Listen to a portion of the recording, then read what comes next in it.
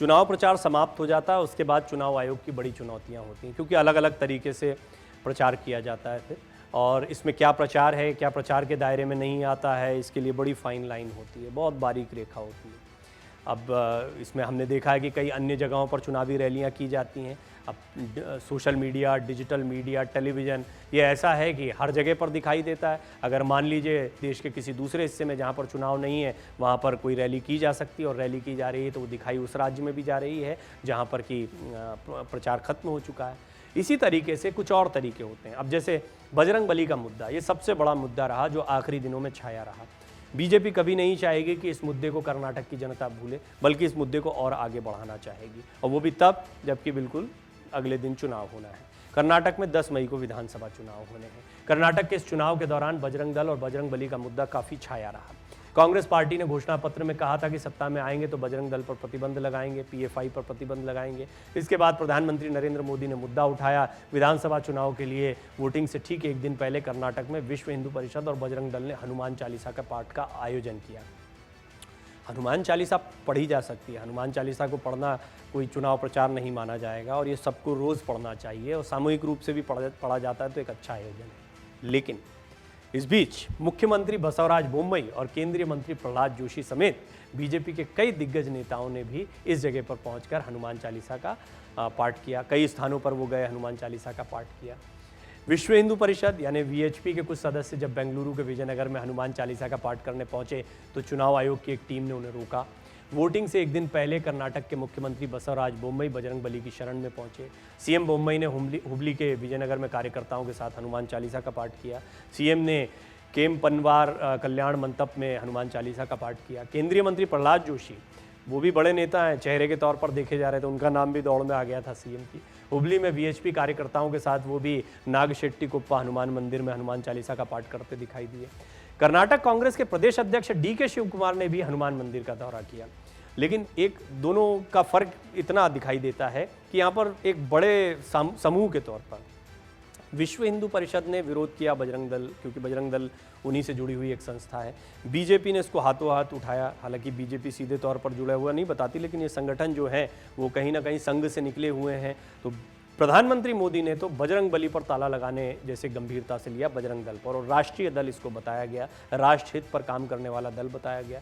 बजरंगबली का मुद्दा गर्मा गया, कांग्रेस को बैकफुट पर आना पड़ा। जगदीश शेट्टार ने कहा हमारा कोई इरादा नहीं है बजरंग दल पर बैन करने का। तो ये मुद्दा इतना गर्मा गया था, इस मुद्दे को इतना हाथों हाथ लिया गया कि आखिरी दिन जब चुनाव मतदान होना ही हो, उससे पहले जब हनुमान चालीसा का व्यापक रूप से अलग अलग जगहों पर सामूहिक रूप से पठन पाठन किया जाता है, तो फिर ये लगता है कि वो जो चुनावी मुद्दा चला आ रहा वही कंटिन्यू हो रहा है। इसी तरह शिव कुमार जो है वो बेंगलुरु से आंजनेय स्वामी मंदिर में हनुमान जी के दर्शन करने के लिए गए। डीके शिव कुमार ने ट्वीट करते हुए लिखा, आज मैंने बेंगलुरु के एवेन्यू रोड पर श्री आंजनेय स्वामी मंदिर का दौरा किया और वायुपुत्र के दर्शन किए। प्रभु श्री आंजनेय जो अपनी सेवा और भक्ति के लिए जाने जाते हैं वो हम सभी को आशीर्वाद दें। चुनाव आयोग ने हनुमान चालीसा पाठ कार्यक्रम पर रोक लगाई। आयोग के अधिकारियों ने इस कार्रवाई की चेतावनी दी। चुनाव आयोग के अधिकारियों और वीएचपी सदस्यों के बीच में हमने देखा कि इसमें काफ़ी कहासुनी भी हुई है। विजयनगर में एक मंदिर के बाहर हनुमान चालीसा का पाठ रोकने के लिए कहा गया था इन वीएचपी कार्यकर्ताओं को चुनाव आयोग के अधिकारियों द्वारा।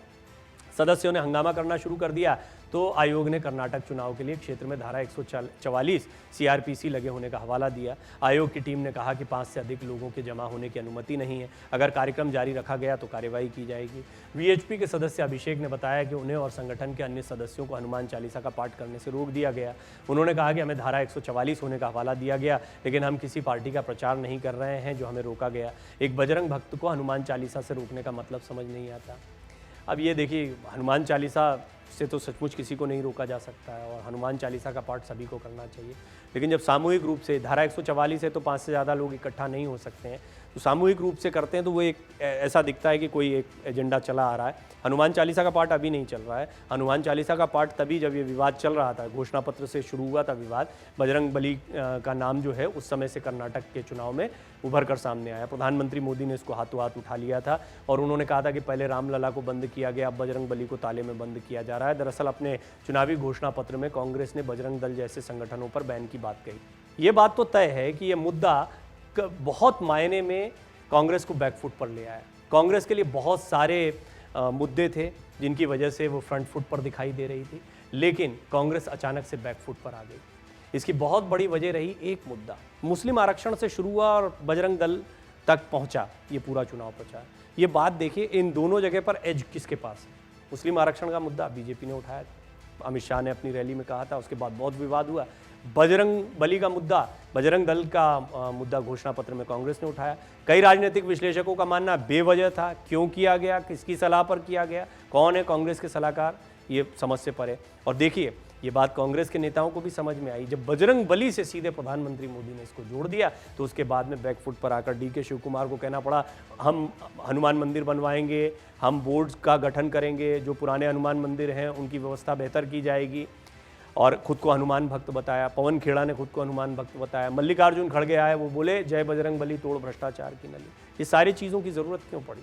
क्योंकि कांग्रेस को समझ में आ गया था कि बजरंग बली का यह मुद्दा हल्के में नहीं लिया जा सकता। खैर, कितना असर होगा कहना बड़ा मुश्किल है, लेकिन एक दिन पहले जब हनुमान चालीसा का सामूहिक रूप से पाठ होता है तो ये भी एक मैसेज देता है, और चुनाव आयोग ने इसको गंभीरता से लिया। हालांकि उन्होंने हनुमान चालीसा पर कोई आपत्ति नहीं जताई कि आप पढ़ रहे हैं।